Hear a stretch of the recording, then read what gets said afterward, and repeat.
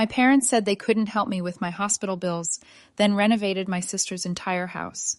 And now they're asking why I'm not around anymore. My name is Jessica. I'm 28. And this is the story of how I learned that sometimes the people who are supposed to love you unconditionally are the ones who hurt you the most. Let me start from the beginning. I have a younger sister, Madison, who's 24. Growing up, it was always clear that Madison was the favorite. She was the cheerleader, the homecoming queen, the one who could do no wrong. I was the quiet, studious one who got good grades but never quite measured up to Madison's effortless charm. My parents, Robert and Linda, made it clear through their actions, if not their words, that Madison was their pride and joy. Madison married her high school sweetheart, Tyler, right after college. He comes from money. His family owns several car dealerships around our city in Ohio, and he's everything my parents wanted in a son-in-law. Meanwhile, I was working my way through nursing school, taking out loans, and working multiple jobs to make ends meet. My parents were proud of me for becoming a nurse, they said, but their attention and resources always seemed to flow toward Madison and her picture-perfect life. 3 years ago, everything changed. I was working a night shift at the hospital when I started experiencing severe chest pain and shortness of breath. At first, I thought it was just stress and exhaustion. But when the pain became unbearable, my colleague insisted on running some tests. The results were shocking. At 25 years old, I was having a heart attack. It turns out I have a rare genetic condition called familial hypercholesterolemia. Despite being young, active, and eating well, my cholesterol levels were dangerously high due to genetics. The heart attack was just the beginning.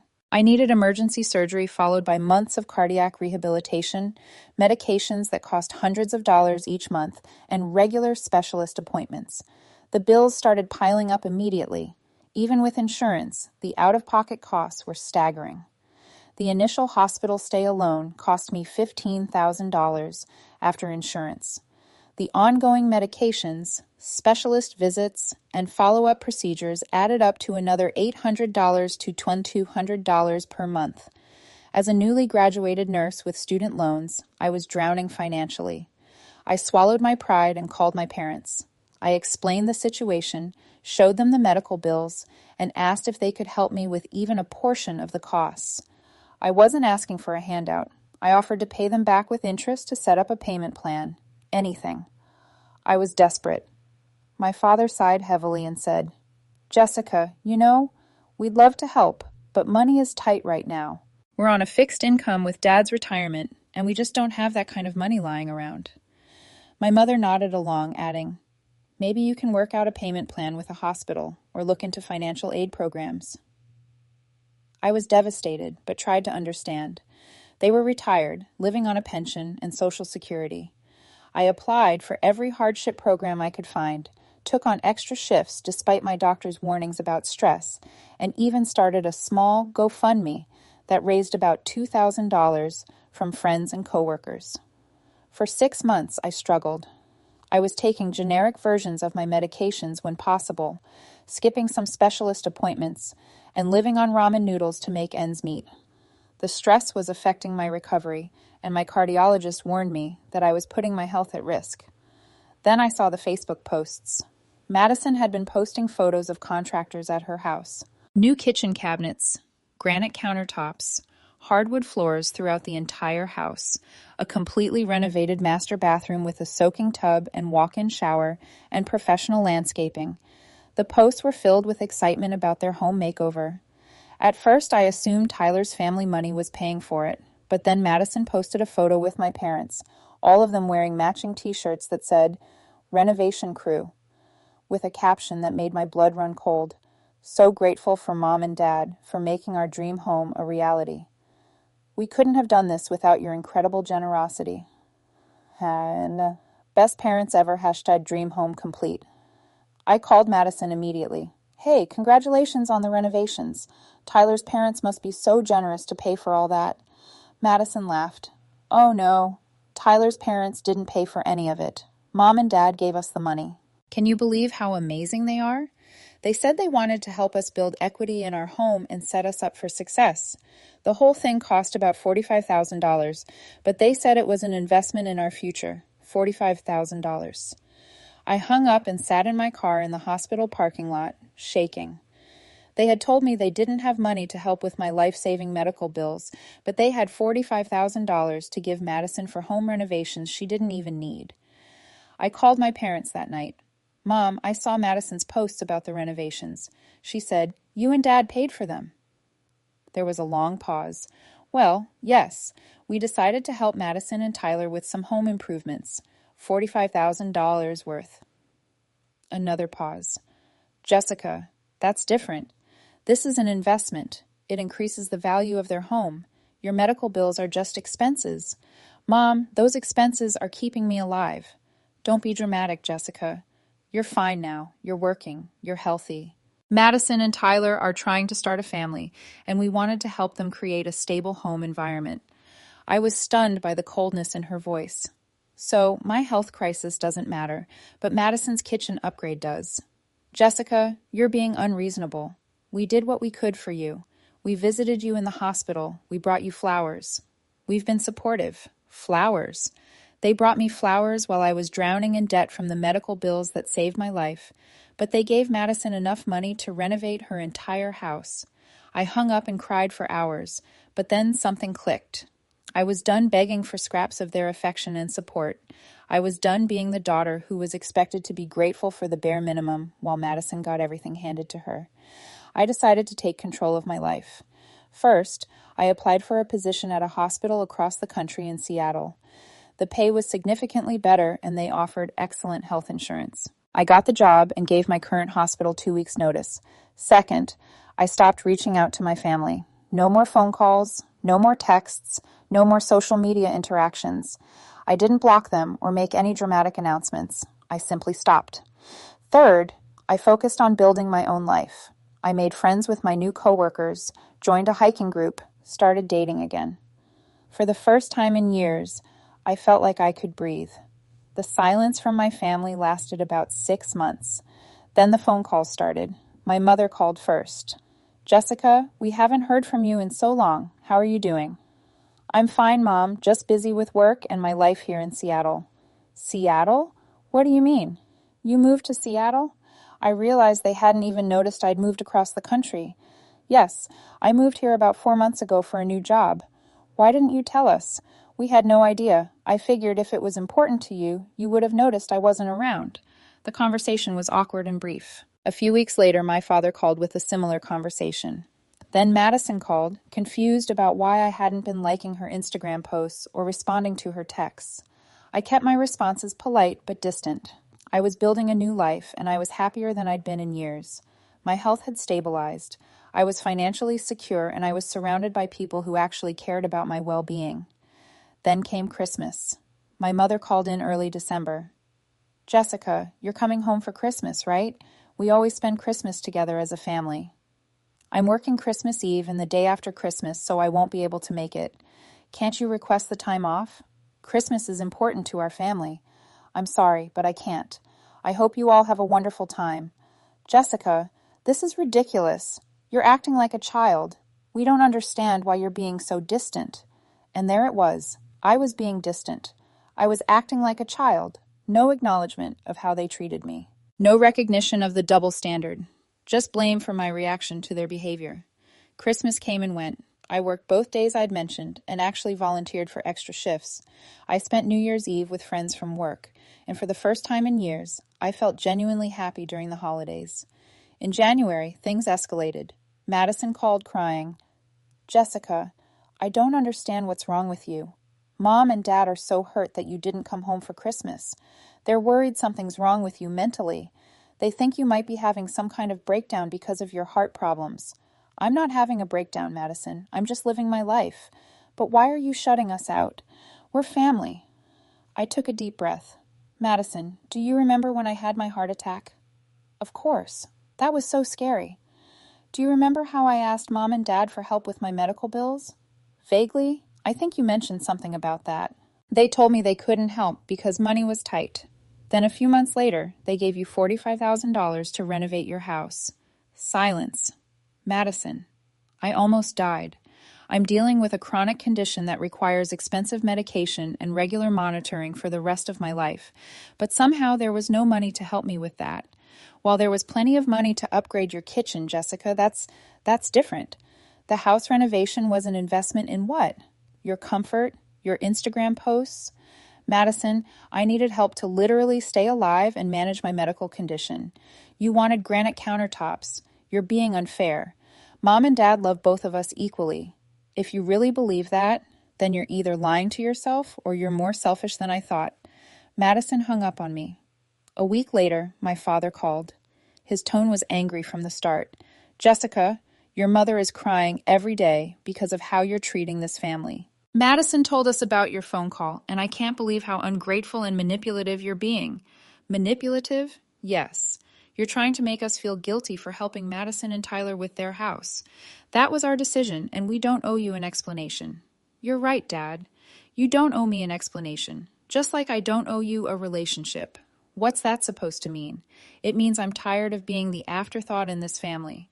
I'm tired of watching Madison get everything she wants while I'm expected to be grateful for scraps. I'm tired of being blamed for being hurt by the way you've treated me. Jessica, we did the best we could when you were sick. We visited you. We supported you emotionally. You brought me flowers, Dad. $45,000 worth of flowers, apparently. That's enough. You're acting like a spoiled brat. So, we helped your sister with her house. So what? That doesn't mean we love you any less, doesn't it? When I was drowning in medical debt, struggling to afford medication that keeps me alive, you couldn't spare a dime. But when Madison wanted to upgrade her perfectly fine house, you had $45,000 ready to go. If that's not showing me exactly how much you value me versus her, I don't know what is. Jessica, you're twisting everything around. We're not going to be held hostage by your jealousy and resentment. I'm not holding anyone hostage. I'm just choosing to spend my time and energy on people who actually care about my well-being. My father hung up on me too. For several months, there was blissful silence. I threw myself into my work, took up rock climbing, started volunteering at a local animal shelter. I was building a life filled with people who valued me, and I was genuinely happy. Then my Aunt Carol, my mother's sister, called me in June.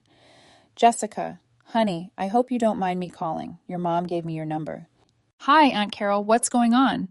Well, I wanted to talk to you about this situation with your parents. They're really struggling with your absence from the family. Carol, I appreciate your concern, but this is between me and my parents. I know, sweetie, but I think there might be some misunderstanding here. Your mom told me you're upset about them helping Madison with her house. It's more complicated than that. Can you help me understand? I just want to see if there's a way to bring this family back together. I like Aunt Carol. She'd always been kind to me, so I decided to explain the situation fully. I told her about my heart attack, the medical bills, my parents' refusal to help, and then Madison's renovation. There was a long silence after I finished. Jessica, honey, I had no idea. Your mother told me you were jealous about Madison's house renovations, but she never mentioned anything about your medical bills or asking for help. I'm not surprised. Sweetie, I need to tell you something. Your parents aren't struggling financially. Your father's pension is very generous, and they have substantial savings. Last month, they went on a 3-week cruise to Alaska that cost $12,000. The month before that, your mother bought a new car. My heart sank. I'd suspected they weren't as financially strapped as they claimed, but hearing it confirmed was still painful. Aunt Carol, I appreciate you telling me this, but it doesn't really change anything. The money isn't even the main issue anymore. It's the lie, the favoritism, and the way they've treated me when I tried to address it. I understand, honey. I really do. I just hate seeing this family torn apart. I'm not tearing anything apart. I'm just choosing not to participate in a dynamic where I'm consistently devalued and then blamed for being hurt by it. We talked for another hour. Aunt Carol was sympathetic and understanding. And by the end of the call, I could tell she was beginning to see the situation from my perspective. A few weeks later, she called me back. Jessica, I talked to your mother. How did that go? Not well, I'm afraid. I asked her about your medical bills and why they didn't help you. She got very defensive and said it was complicated, that you were being dramatic about your health issues, and that the renovation for Madison was different because it was an investment. Sounds about right. Then I asked her about the cruise and the new car and pointed out that they clearly aren't struggling financially. She got angry and said I didn't understand their situation. What did you say? I told her that I understood the situation perfectly. They chose to prioritize Madison's wants over your needs, and now they're upset that there are consequences for that choice. I smiled despite myself. I bet that went over well. She hung up on me. But Jessica, I want you to know that not everyone in this family thinks you're wrong. Your cousin Jennifer agrees with you completely. So does your Uncle Mark. We've been talking, and we're all pretty disgusted by how this has been handled. It was comforting to know that some family members saw the situation clearly, but it didn't change my decision to maintain distance from my parents and Madison. The next major incident happened in September, almost a year after I'd moved to Seattle. Madison called me crying again, but this time it was different. Jessica, I'm pregnant. Despite everything, I felt a genuine moment of happiness for her. Congratulations, Madison. That's wonderful news. Thank you, Jessica. I know things have been weird between us, but I really want you to be part of this baby's life. I want my child to know their aunt. I'd like that too. Madison, there's going to be a baby shower in November. Mom's planning it, and I really want you to come. And there was the catch. Madison, I'm happy for you, and I want to be part of the baby's life, but I'm not ready to pretend everything's fine with Mom and Dad. Jessica, can't you just put this aside for one day? For me and the baby?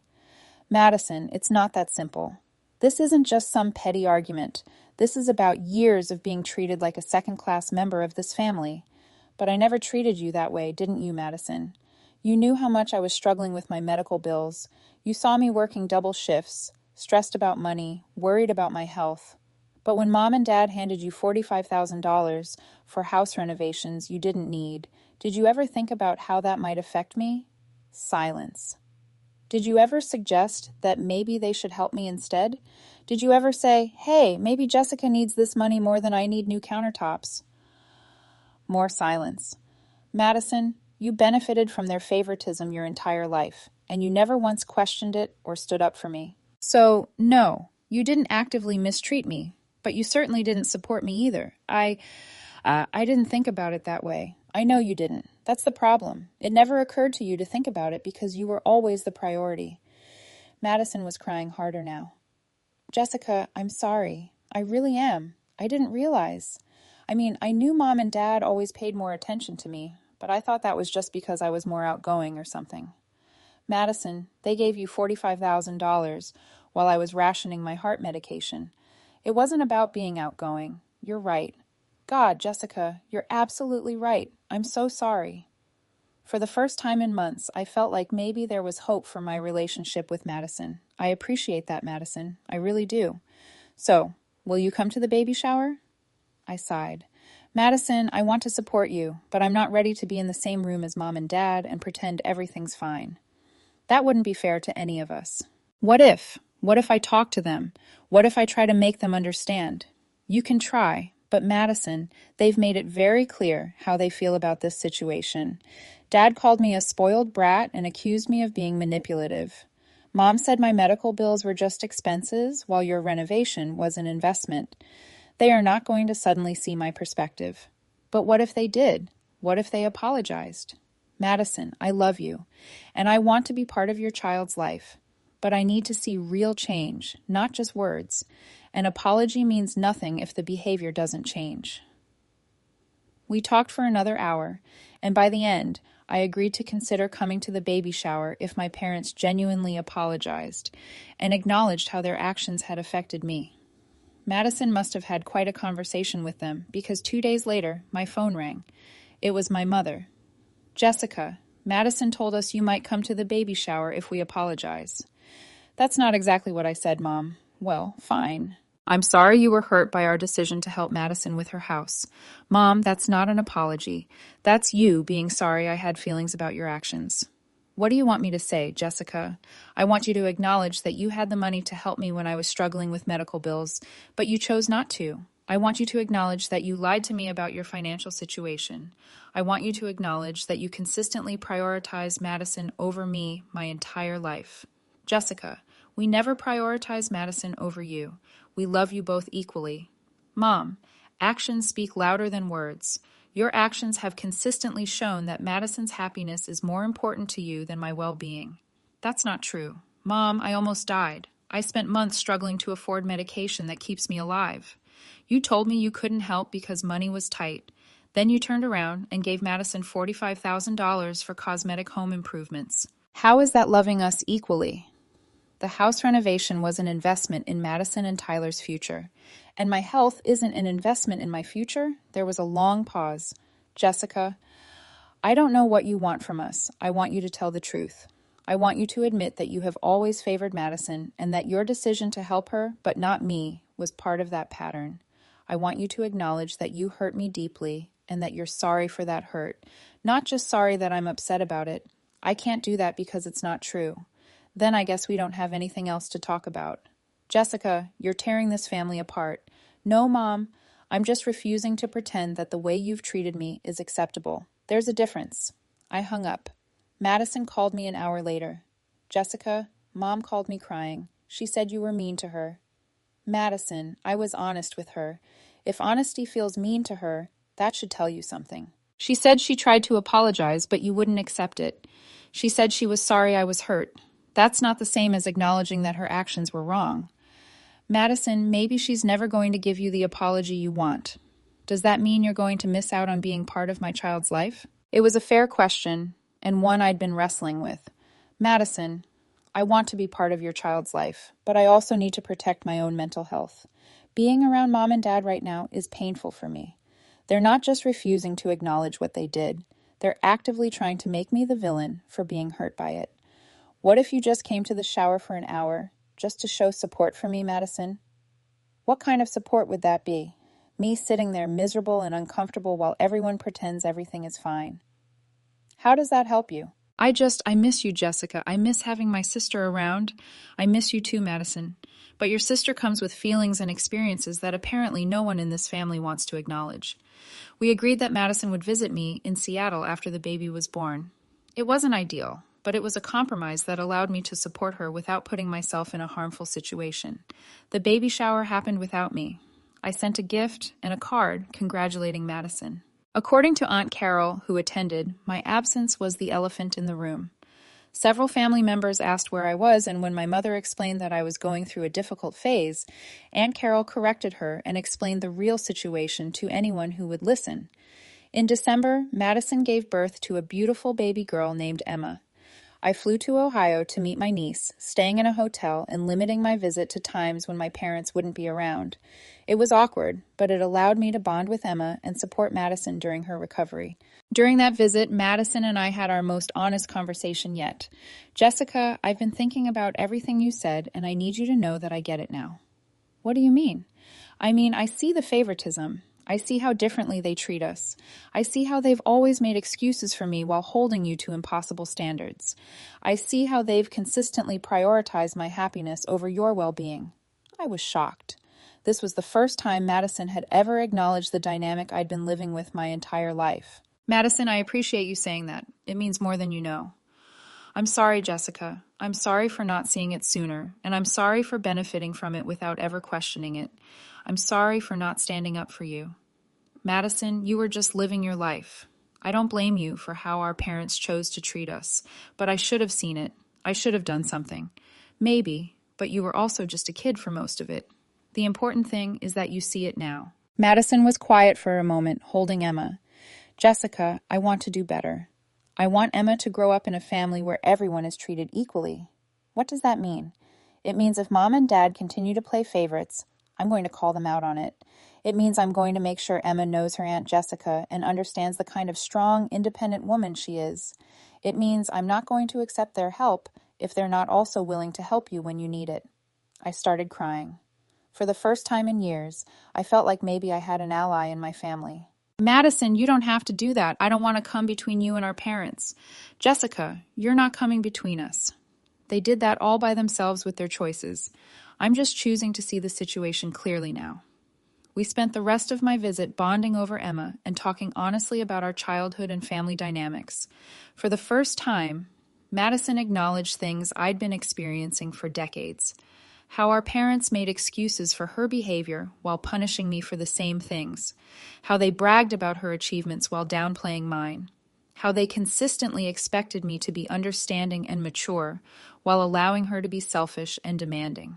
It was painful for Madison to confront these truths, but it was healing for me to finally have someone in my family validate my experiences.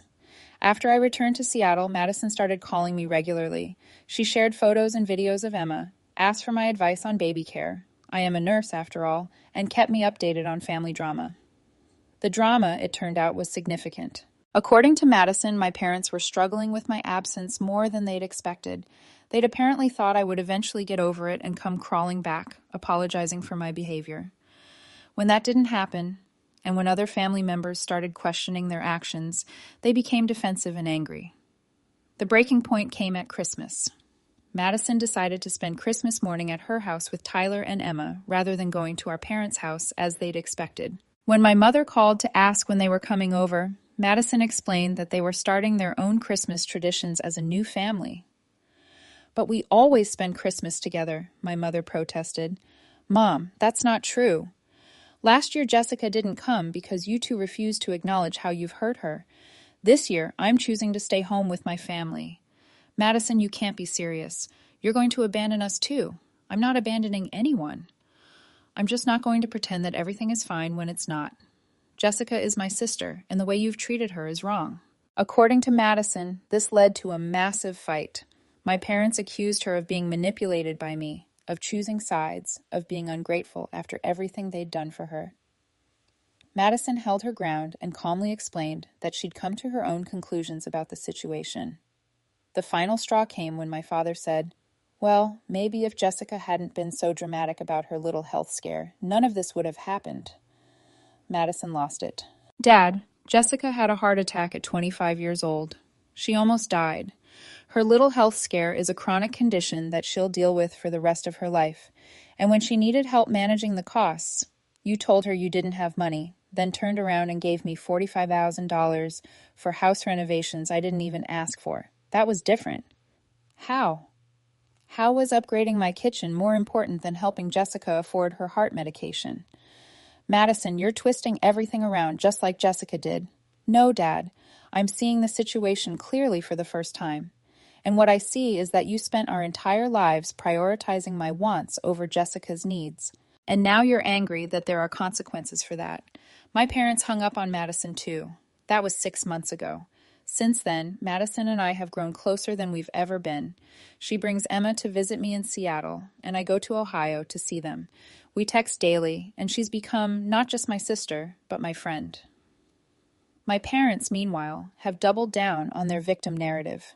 According to other family members, they're telling anyone who will listen that both of their daughters have turned against them, that we're ungrateful and cruel, that they did their best and don't understand why we're punishing them.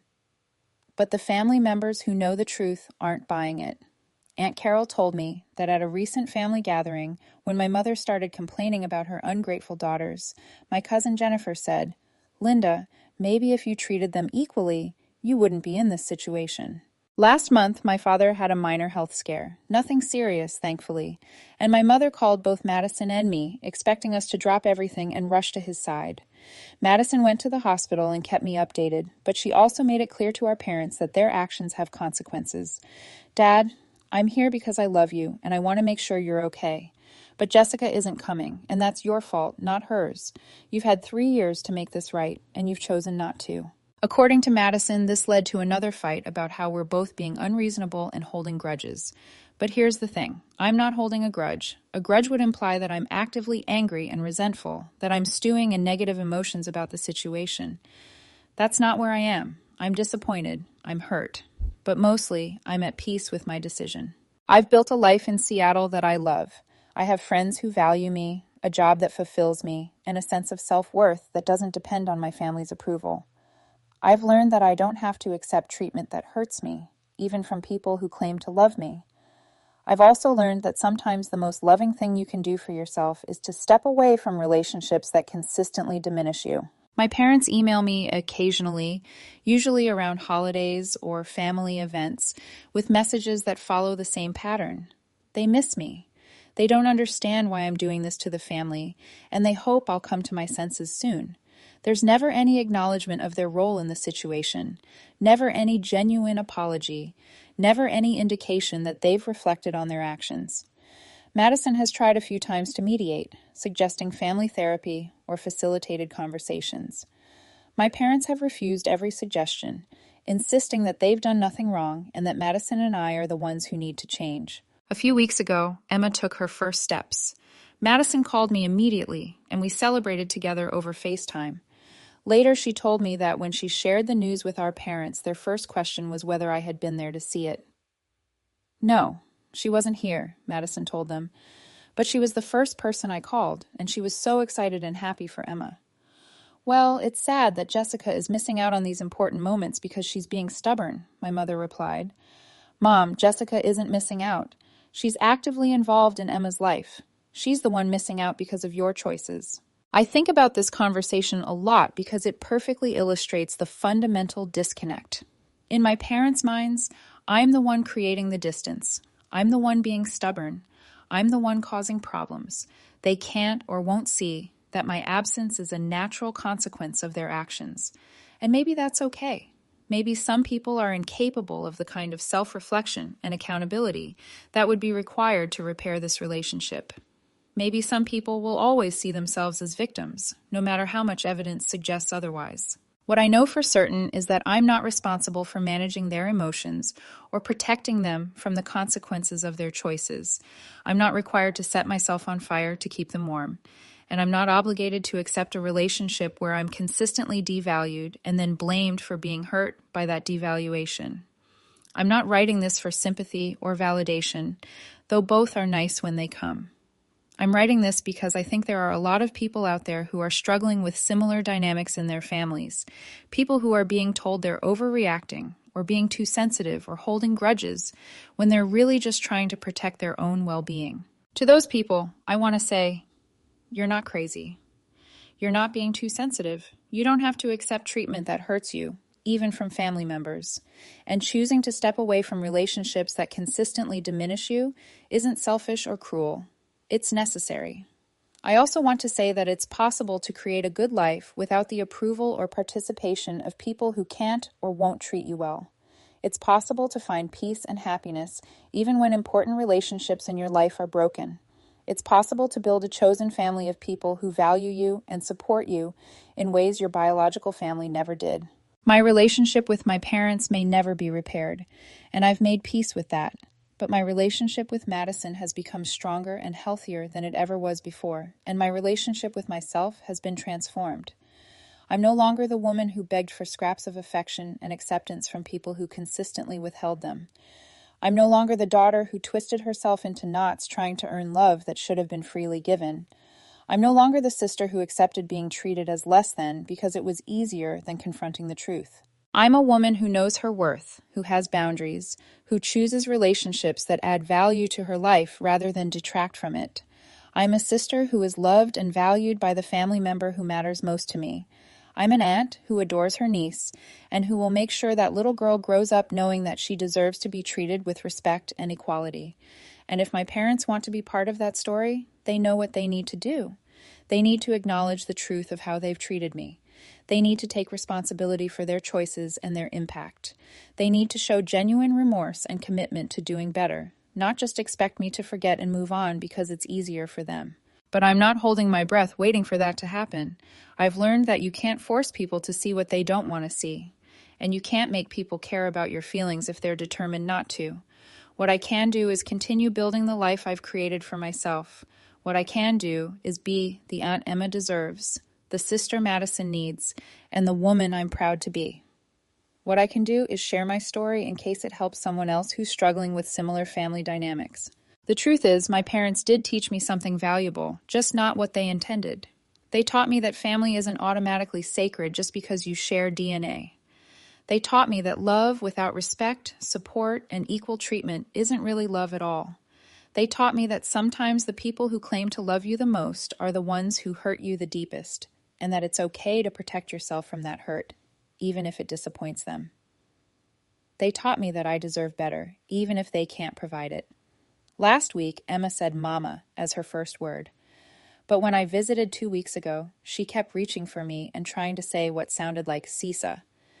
Madison was so excited she cried, telling me that Emma clearly recognizes me and is trying to say my name. It was one of the most beautiful moments of my life, seeing that recognition in her eyes, knowing that I'm already important to this tiny person who will never remember a time when Aunt Jessica wasn't part of her world. When Madison told our parents about Emma's first word, my mother's response was predictable. It's such a shame that Jessica is missing out on so much of Emma's life because she's being stubborn.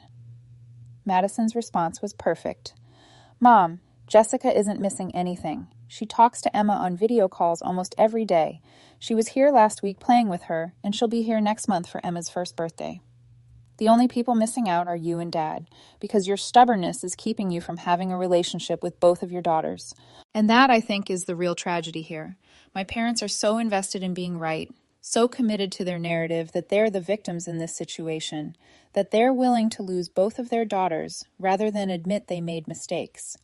I used to think that was sad. Now I think it's just a choice they're making.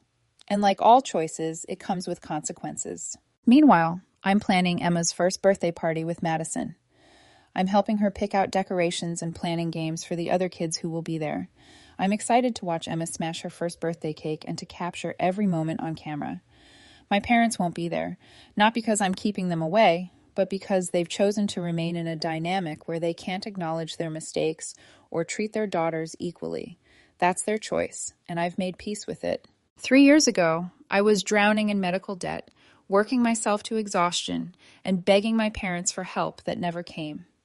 I was the daughter who accepted being treated as an afterthought, who made excuses for their favoritism, who twisted herself into knots trying to earn love that should have been freely given. Today, I'm financially stable, professionally fulfilled, and emotionally healthy.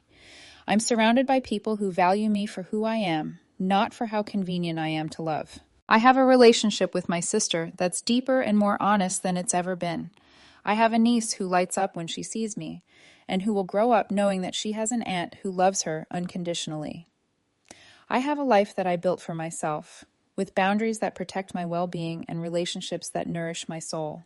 My parents may never understand why I made the choices I made, and they may never take responsibility for the choices they made, but that's their journey to take or not take. Mine led me to Seattle, to a life I love, to relationships that sustain me, and to a sense of self-worth that no one can take away from me. And honestly, I've never been happier. So, to my parents, if you ever read this, I don't hate you. I'm not trying to punish you. I'm simply living my life in a way that protects my well-being and honors my worth. The door to a relationship with me has always been open, but it requires you to walk through it with honesty, accountability, and genuine change. That's not negotiable, and it's not going to change because you're tired of the consequences of your actions. To Madison, thank you for seeing the truth and having the courage to acknowledge it. Thank you for becoming not just my sister, but my friend and ally. Thank you for showing Emma what it looks like to stand up for what's right, even when it's difficult. You've become the family member I always hoped you could be, and I love you more than words can express. To Emma, you won't remember any of this drama when you're older, and that's probably for the best. What I hope you will remember is that your Aunt Jessica loves you fiercely, that your mama is strong and brave, and that you deserve to be treated with respect and equality in all your relationships. Never accept less than you deserve, sweet girl, no matter who's offering it. And to anyone reading this who sees their own family dynamics reflected in my story, you're not alone. You're not crazy, and you're not being too sensitive. Your feelings are valid, your experiences matter, and you deserve to be treated with love, respect, and equality. Don't let anyone convince you otherwise, even if they share your DNA. Sometimes the most radical act of self-love is simply refusing to accept treatment that diminishes you. Sometimes the bravest thing you can do is walk away from relationships that consistently hurt you, even when those relationships are supposed to be sacred. And sometimes the family you create for yourself is far healthier and more loving than the family you were born into. I'm living proof that it's possible to build a beautiful life from the ashes of broken family relationships. I'm living proof that you can choose love over obligation, health over tradition, and peace over keeping up appearances. My parents said they couldn't help me with my hospital bills, then renovated my sister's entire house. Now they're asking why I'm not around anymore. The answer is simple, because I finally learned that I deserve better than the scraps of love and attention they were willing to give me, because I finally understood that their financial choices were just a symptom of a much larger pattern of favoritism and inequality. Because I finally realized that I don't have to accept being treated as less than, even by the people who gave me life. I'm not around anymore because I built a life somewhere else with people who value me completely. I'm not around anymore because I learned that family is about how you treat people, not just how you're related to them. I'm not around anymore because I chose myself, finally and completely. And that choice led me away from them and towards something better. And I have absolutely no regrets.